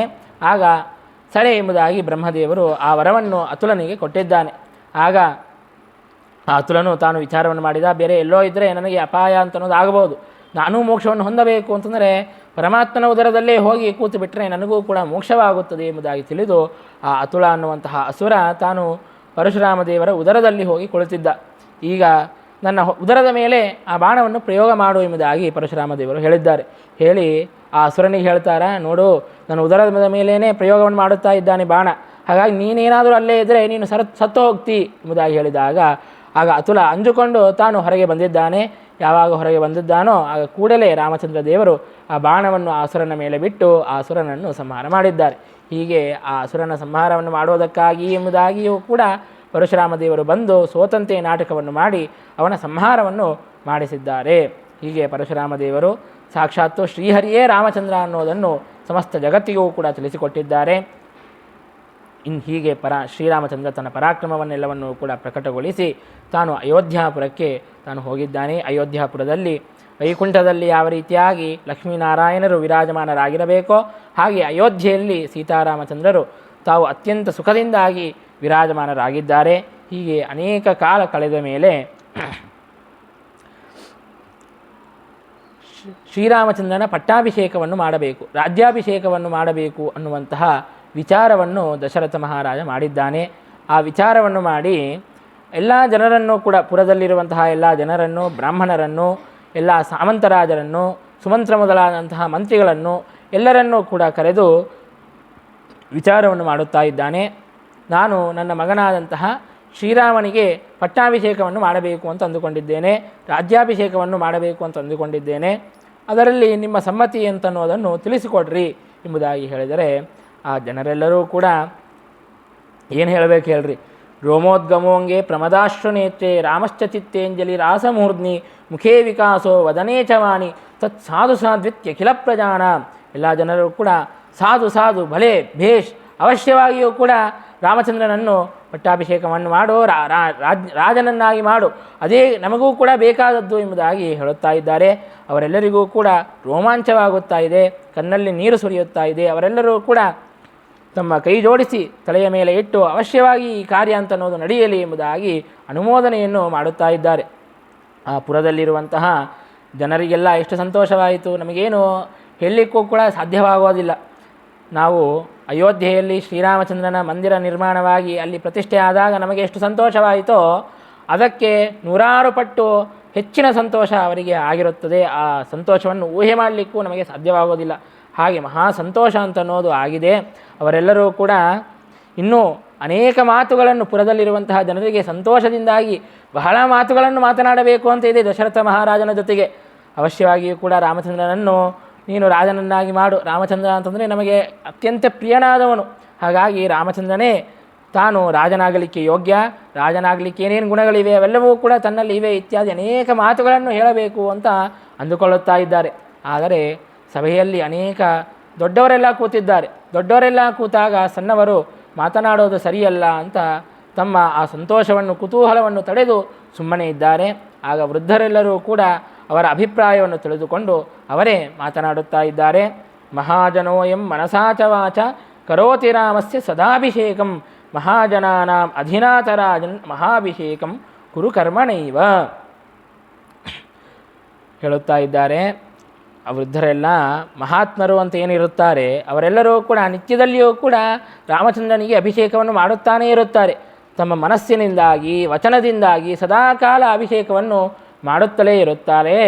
ಆದರೆ ಯಾರಿಗೂ ಕೂಡ ಕರ್ಮದಿಂದಾಗಿ ಕ್ರಿಯೆಯಿಂದಾಗಿ ಅಭಿಷೇಕವನ್ನು ಅಂದರೆ ಸಾಕ್ಷಾತ್ತಾಗಿ ರಾಮನನ್ನು ಕೂಡಿಸಿ ಅಭಿಷೇಕವನ್ನು ಮಾಡಲಿಕ್ಕೆ ಸಾಧ್ಯವಿಲ್ಲ. ಆದರೆ ನೀನು ತಂದೆಯ ಸ್ಥಾನದಲ್ಲಿ ಇದ್ದಿ, ಹಾಗಾಗಿ ನೀನು ಕೇವಲ ಮನಸ್ಸಿನಿಂದಾಗಿ ವಚನಗಳಿಂದಾಗಿ ಮಾತ್ರವಲ್ಲ ಕರ್ಮದಿಂದಲೂ ಕೂಡ ಕ್ರಿಯೆಯಿಂದಲೂ ಕೂಡ ನಿನಗೆ ಅಭಿಷೇಕ ಮಾಡುವಂತಹ ದೊಡ್ಡ ಭಾಗ್ಯ ಅಂತನ್ನೋದು ಒದಗಿದೆ. ಹಾಗಾಗಿ ಅವಶ್ಯವಾಗಿಯೂ ಕೂಡ ಈ ಅಭಿಷೇಕವನ್ನು ಮಾಡು ಎಂಬುದಾಗಿ ತಾವು ಹೇಳುತ್ತಾ ಇದ್ದಾರೆ. ನ ಕೇವಲಂ ಯಃ ಕುಮುದಂ ವಿಕಾಸಂ ನಯತ್ಯಭೀಕ್ಷ್ಣಂ ಹಿ ದಿವೋ ಮುದಂಚ ದ್ವಿಪಕ್ಷಪೂರ್ಣೋಸ್ತ ಕಳಂಕಲೇಶಃ ಕೀರ್ತೀಂದುರಸ್ಯ ಸ್ಥಿತಿ ಪೂರ್ಣಮಿಂದುಂ. ಪರಮಾತ್ಮ ತನ್ನ ಯಶಸ್ಸು ತನ್ನ ಕೀರ್ತಿ ಚಂದ್ರನಂತೆ ಇದೆಯಂತೆ. ಆದರೆ ಚಂದ್ರನಿಗೂ ಮತ್ತು ಪರಮಾತ್ಮನ ಕೀರ್ತಿಗೂ ಬಹಳ ವ್ಯತ್ಯಾಸವಿದೆ ಎಂಬುದಾಗಿ ಕವಿಗಳು ವರ್ಣನೆಯನ್ನು ಮಾಡುತ್ತಾ ಇದ್ದಾರೆ. ಯಾಕೆ ಅಂತಂದರೆ ಚಂದ್ರ ಏನು ಮಾಡುತ್ತದೆ ಅಂತಂದರೆ ಚಂದ್ರ ಕೇವಲ ರಾತ್ರಿಯ ಕಾಲದಲ್ಲಿ ಕುಮುದಗಳನ್ನು ಮಾತ್ರ ಅರಳಿಸುತ್ತಾನೆ. ಆದರೆ ಪರಮಾತ್ಮ ಕುಮುದವನ್ನು ಅರಳಿಸೋದಷ್ಟೇ ಅಲ್ಲ, ಹೂ ಅಂತಂದರೆ ಭೂಮಿ, ಅಂದರೆ ಭೂಮಿಯಲ್ಲಿರುವಂತಹ ಜನರಿಗೆ ಮಾತ್ರ ಸಂತೋಷವನ್ನು ಕೊಡೋದಲ್ಲ ಪರಮಾತ್ಮ. ದಿವೋ ಮುದಂಚ ಆಕಾಶದಲ್ಲಿ ದೇವಲೋಕದಲ್ಲಿರುವಂತಹ ಸಮಸ್ತ ದೇವತೆಗಳಿಗೂ ಕೂಡ ಸಂತೋಷವನ್ನು ಉಂಟು ಮಾಡುತ್ತಾನೆ ಪರಮಾತ್ಮ. ಹಾಗಾಗಿ ಪರಮಾತ್ಮನ ಕೀರ್ತಿಗೂ ಚಂದ್ರನಿಗೂ ಬಹಳ ವ್ಯತ್ಯಾಸವಿದೆ. ಮತ್ತು ಚಂದ್ರ ತಾನು ಶುಕ್ಲ ಪಕ್ಷದಲ್ಲಿ ತಾನು ವೃದ್ಧಿಯನ್ನು ಹೊಂದುತ್ತಾನೆ, ಮತ್ತು ಕೃಷ್ಣ ಪಕ್ಷದಲ್ಲಿ ಕ್ಷಯವನ್ನು ಹೊಂದುತ್ತಾನೆ. ಆದರೆ ಪರಮಾತ್ಮನ ಕೀರ್ತಿ ಹಾಗೆ ಅಲ್ಲ, ಎರಡೂ ಪಕ್ಷಗಳಲ್ಲಿಯೂ ಕೂಡ ಸದಾಕಾಲ ಪೂರ್ಣವಾಗಿಯೇ ಇರುತ್ತದೆ. ಮತ್ತು ಚಂದ್ರನಲ್ಲಿ ಕಳಂಕವಿದೆ, ಆದರೆ ಪರಮಾತ್ಮನ ಕೀರ್ತಿಯಲ್ಲಿ ಒಂದು ಕಪ್ಪು ಚುಕ್ಕಿಯೂ ಕೂಡ ಇಲ್ಲ, ಕಳಂಕವೇ ಇಲ್ಲ. ಅಂತಹ ಆ ಚಂದ್ರನ ಕಾಂತಿಯನ್ನೂ ಕೂಡ ತಿರಸ್ಕರಿಸುವಂತಹ ನಿನ್ನ ಪುತ್ರನ ಕೀರ್ತಿ ಅಂತನ್ನೋದು ಇದೆ. ಹಾಗಾಗಿ ಅವಶ್ಯವಾಗಿಯೂ ಕೂಡ ರಾಜ್ಯಾಭಿಷೇಕವನ್ನು ಮಾಡು. ಮತ್ತು ರಾಮನ ಸೌಂದರ್ಯವನ್ನು ವರ್ಣಿಸುತ್ತಾರೆ. ರಾಮನ ಸೌಂದರ್ಯವನ್ನು ನೋಡಿ ಲಕ್ಷ್ಮೀದೇವಿಯೇ, ಸಾಕ್ಷಾತ್ ಲಕ್ಷ್ಮೀದೇವಿಯೇ ಭೂಮಿಯನ್ನು ಸೀಳಿಕೊಂಡು ಸೀತಾದೇವಿಯ ರೂಪದಲ್ಲಿ ಬಂದು ರಾಮನನ್ನು ಹೊಂದಿದ್ದಾಳೆ. ಅಂದರೆ ಭುವನ ಸುಂದರಿಯಾದಂತಹ ಸೀತಾದೇವಿಯೂ ಕೂಡ ರಾಮಚಂದ್ರನನ್ನು ಬಂದು ವರಿಸಬೇಕು ಅಂತಂದರೆ ಆ ರಾಮನ ಸೌಂದರ್ಯವನ್ನು ನಾವೇನು ಹೇಳಲಿಕ್ಕೆ ಸಾಧ್ಯ ಎಂಬುದಾಗಿ ಸೌಂದರ್ಯವನ್ನು ವರ್ಣಿಸುತ್ತಾ ಇದ್ದಾರೆ. ಮತ್ತು ರಾಜನಿಗಿರುವಂತಹ ಅನೇಕ ಗುಣಗಳನ್ನೆಲ್ಲ ವರ್ಣಿಸುತ್ತಾ ಇದ್ದಾರೆ. ರಾಜ ಅಂತಂದರೆ ತಾನು ಅತ್ಯಂತ ನಿಸ್ಪೃಹನಾಗಿರಬೇಕು. ತಾವೇನಾದರೂ ಪದವಿಯಲ್ಲಿ ಬಂದರು ಅಂತಂದರೆ ರಾಜ್ಯಕ್ಕೆ ಕ್ಷೇಮ ಮಾಡೋದಕ್ಕಿಂತಲೂ ಕೂಡ ತಮ್ಮ ಬೊಕ್ಕಸವನ್ನೇ ತುಂಬಿಸಿಕೊಳ್ಳೋದಲ್ಲ, ರಾಜ್ಯಕ್ಕೆ ಮಂಗಳವನ್ನು ಉಂಟು ಮಾಡಬೇಕು, ರಾಜ್ಯಕ್ಕೆ ಕ್ಷೇಮವಾಗುವಂತೆ, ರಾಜ್ಯಕ್ಕೆ ಅಭಿವೃದ್ಧಿ ಬರುವಂತೆ ತಾವು ಶ್ರಮವನ್ನು ಪಡಬೇಕು. ಶ್ರೀರಾಮಚಂದ್ರ ಅಂತಹ ನಿಸ್ಪೃಹ ಸ್ವಭಾವವುಳ್ಳವನು. ಯಾಕೆಂದರೆ ತಾನು ಸದಾ ಆಪ್ತಕಾಮನಾಗಿದ್ದಾನೆ. ಹಾಗಾಗಿ ಸ್ತ್ರೀಯರಲ್ಲಿ ಆಗಲಿ ಅಥವಾ ರಾಜ್ಯದಲ್ಲಿ ಆಗಲಿ ಐಶ್ವರ್ಯದಲ್ಲಿ ಆಗಲಿ ಯಾವುದರಲ್ಲಿಯೂ ಕೂಡ ಪರಮಾತ್ಮನಿಗೆ ಮೋಹ ಅಂತನ್ನೋದು ಇಲ್ಲ. ಹಾಗಾಗಿ ಅತ್ಯಂತ ನಿಸ್ಪೃಹ ಸ್ವಭಾವವುಳ್ಳವನು. ಹಾಗಾಗಿ ಅವಶ್ಯವಾಗಿಯೂ ಕೂಡ ಪಟ್ಟಾಭಿಷೇಕವನ್ನು ಮಾಡು ಎಂಬುದಾಗಿ ಹೇಳುತ್ತಾ ಇದ್ದಾರೆ. ಮತ್ತು ನಿನ್ನ ಮಗ ಅತ್ಯಂತ ಜ್ಞಾನಿಯೂ ಆಗಿದ್ದಾನೆ. ಇಡೀ ಜಗತ್ತನ್ನು ಭೂತ ಭಾವಿ ಮತ್ತು ಭವಿಷ್ಯದ ವಸ್ತುಗಳನ್ನೆಲ್ಲವನ್ನೂ ಕೂಡ ಕರತಲಾಮಲಕದಂತೆ ಎಲ್ಲವನ್ನೂ ಕೂಡ ಚೆನ್ನಾಗಿ ತಿಳಿದಿದ್ದಾನೆ, ಸರ್ವಜ್ಞನಾಗಿದ್ದಾನೆ. ಹಾಗಾಗಿ ಸರ್ವಜ್ಞ ಶಿಖಾಮಣಿಯಾದಂತಹ ಎಲ್ಲ ವಿಧವಾದಂತಹ ನೀತಿಯನ್ನು ಬಲ್ಲಂತಹ ಅಸ್ತ್ರಶಸ್ತ್ರಜ್ಞನಾದಂತಹ ನಿನ್ನ ಮಗನಾದಂತಹ ರಾಮನಿಗೆ ಪಟ್ಟಾಭಿಷೇಕವನ್ನು ಮಾಡೋದು ಅತ್ಯಂತ ಯುಕ್ತವಾದದ್ದು ಎಂಬುದಾಗಿ ತಾವೆಲ್ಲರೂ ಕೂಡ ಹೇಳುತ್ತಾ ಇದ್ದಾರೆ. ರಾಮಚಂದ್ರ ಅಂತಂದರೆ ನಮ್ಮೆಲ್ಲರಿಗೂ ಕೂಡ ಅತ್ಯಂತ ಪ್ರಿಯನಾದವನು, ಲೋಕಪ್ರಿಯನಾದವನನ್ನೇ ನಾಯಕನನ್ನಾಗಿ ಮಾಡಬೇಕು. ಹಾಗಾಗಿ ಶ್ರೀರಾಮಚಂದ್ರ ಸಮಸ್ತ ಲೋಕಕ್ಕೂ ಕೂಡ ಅತ್ಯಂತ ಪ್ರಿಯನಾದವನು. ಹಾಗಾಗಿ ಅವಶ್ಯವಾಗಿಯೂ ಕೂಡ ರಾಮನಿಗೆ ಪಟ್ಟಾಭಿಷೇಕವನ್ನು ಮಾಡು ಎಂಬುದಾಗಿ ಅವರೆಲ್ಲರೂ ಕೂಡ ಅನುಮೋದನೆಯನ್ನು ಕೊಡುತ್ತಾ ಇದ್ದಾರೆ. ಮತ್ತು ರಾಮಚಂದ್ರನ ಅನೇಕ ವಿಧವಾದಂತಹ ಸ್ತೋತ್ರವನ್ನು, ದಿವ್ಯವಾದಂತಹ ಸ್ತೋತ್ರವನ್ನೆಲ್ಲ ಮಾಡುತ್ತಾ ಇದ್ದಾರೆ. ರಾಮಚಂದ್ರನಲ್ಲಿ ಯಾವುದೇ ವಿಧವಾದಂತಹ ದೋಷಗಳೇ ಇಲ್ಲ. ಕಾಮ, ಕ್ರೋಧ, ಲೋಭ, ಮೋಹ, ಮದ, ಮಾತ್ಸರ್ಯಾದಿ ಅರಿಷಡ್ವರ್ಗಗಳು ಪರಮಾತ್ಮನಿಗೆ ಇಲ್ಲ, ರಾಮನಲ್ಲಿ ಇಲ್ಲ. ಹಾಗಾಗಿ ರಾಮಚಂದ್ರನಿಗೆ ನೀವು ಅವಶ್ಯವಾಗಿಯೂ ಕೂಡ ಪಟ್ಟಾಭಿಷೇಕವನ್ನು ಮಾಡಬೇಕು ಎಂಬುದಾಗಿ ಹೇಳುತ್ತಾ ಇದ್ದಾರೆ. ಯಾಕೆ ಅಂತಂದರೆ, ಈಗ ಕಾಮ ಯಾರಿಗಿರುತ್ತದೆ ಹೇಳ್ರಿ? ಯಾರಿಗೆ ಇನ್ನೂ ಅಪೇಕ್ಷೆ ಅನ್ನೋದು ಪೂರ್ಣವಾಗಿರೋದಿಲ್ಲ, ತಾವು ಬೇರೆ ವಸ್ತುವನ್ನು ಹೊಂದಬೇಕು ಎಂಬುದಾಗಿ ಕಾಮನೆಯನ್ನು ಮಾಡುತ್ತಾರೆ. ಆದರೆ ಪರಮಾತ್ಮ ತಾನು ಆಪ್ತಕಾಮ, ಎಲ್ಲವನ್ನೂ ಕೂಡ ಹೊಂದಿದ್ದಾನೆ, ಹೊಂದಬೇಕಾದದ್ದು ಅಂತ ಯಾವುದೂ ಕೂಡ ಇಲ್ಲ. ಹಾಗಾಗಿ ಆಪ್ತಕಾಮಸ್ಯ ಕಾ ಸ್ಪೃಹ ಎಂಬುದಾಗಿ ಶ್ರುತಿ ಹೇಳುವಂತೆ ಪರಮಾತ್ಮ ಆಪ್ತಕಾಮ. ಹಾಗಾಗಿ ತನಗೆ ಬೇರೆ ಯಾವ ವಸ್ತುವನ್ನು ಕೂಡ ಹೊಂದಬೇಕು ಅನ್ನುವಂತಹ ಕಾಮನೆ ಇಲ್ಲ. ಹಾಗಾಗಿ ಕಾಮ ಎಂಬಂತಹ ದೋಷವು ಪರಮಾತ್ಮನಲ್ಲಿ ಇಲ್ಲ. ಇನ್ನು ಕ್ರೋಧವೂ ಕೂಡ ಪರಮಾತ್ಮನಿಗೆ ಇಲ್ಲ. ಕ್ರೋಧ ನಮಗೆ ಸಿಟ್ಟೆ ಯಾವಾಗ ಬರುತ್ತದೆ ಹೇಳ್ರಿ? ನಮಗೆ ಯಾವುದಾದ್ರೂ ವಸ್ತು ಬೇಕು ಅಂತ ಅಂದುಕೊಂಡಿರುತ್ತೇವೆ, ಆ ವಸ್ತು ಸಿಗದೇ ಇದ್ದರೆ ಆವಾಗ ನಮಗೆ ಸಿಟ್ಟು ಬರುತ್ತದೆ. ಅಥವಾ ಯಾವುದಾದ್ರೂ ವಸ್ತು ನಮ್ಮ ಹತ್ರನೇ ಇರಬೇಕು ಅಂತ ಅಂದುಕೊಳ್ಳುತ್ತೇವೆ, ಆ ವಸ್ತು ನಮ್ಮಿಂದ ದೂರವಾದರೆ ಆವಾಗ ನಮಗೆ ಕ್ರೋಧ ಅಂತ ಅನ್ನೋದು ಬರುತ್ತದೆ. ಆ ಪ್ರಸಂಗವೂ ಕೂಡ ಪರಮಾತ್ಮನಿಗೆ ಇಲ್ಲ. ಯಾಕೆ? ಆಪ್ತಕಾಮನಾದದ್ದರಿಂದಲೇ ತನಗೆ ಹೊಂದಬೇಕಾದಂತಹ ವಸ್ತುವೂ ಇಲ್ಲ, ತನಗೆ ಅಪೇಕ್ಷಿತವಾದಂತಹ ವಸ್ತು ದೂರ ಹೋಗುತ್ತದೆ ಅನ್ನೋದು ಕೂಡ ಇಲ್ಲ. ಅಪ್ರಾಕೃತನಾಗಿದ್ದಾನೆ ಪರಮಾತ್ಮ. ಹಾಗಾಗಿ ಕ್ರೋಧವೂ ಕೂಡ ಇಲ್ಲ. ಇನ್ನು ಲೋಭವೂ ಕೂಡ ಇಲ್ಲ. ಎಲ್ಲವೂ ಕೂಡ ನನಗೇ ಬೇಕು, ನಾನೊಬ್ಬನೇ ಎಲ್ಲವನ್ನೂ ಕೂಡ ಆಳಬೇಕು ಅಂತನ್ನುವಂತಹ ಆ ಲೋಭವೂ ಕೂಡ ಪರಮಾತ್ಮನಿಗಿಲ್ಲ. ಬೇಕಾದರೆ ನೀನು ರಾಮನನ್ನು ವನಕ್ಕೆ ಕಳಿಸಿಕೊಡುತ್ತೇನೆ ಅಂತ ಹೇಳಿದರೂ ಕೂಡ ಅತ್ಯಂತ ಸಂತೋಷದಿಂದಾಗಿ, ರಾಜ್ಯಾಭಿಷೇಕಕ್ಕೆ ಎಷ್ಟು ಸಂತೋಷದಿಂದಾಗಿ ವನಕ್ಕೆ ರಾಜ್ಯಾಭಿಷೇಕಕ್ಕೆ ಸಿದ್ಧನಾಗುತ್ತಾನೆಯೋ ಅಷ್ಟೇ ಸಂತೋಷದಿಂದಾಗಿ ವನಕ್ಕೆ ಹೋಗೋದಕ್ಕೂ ಕೂಡ ಸಿದ್ಧನಾಗುತ್ತಾನೆ ಅಂತ ವೃದ್ಧರೆಲ್ಲ ಹೇಳುತ್ತಾ ಇದ್ದಾರೆ. ಅವರೆಲ್ಲ ಭವಿಷ್ಯವನ್ನು ನುಡಿಯುವಂತೆ ಆ ಮಾತುಗಳನ್ನು ಆಡುತ್ತಾ ಇದ್ದಾರೆ.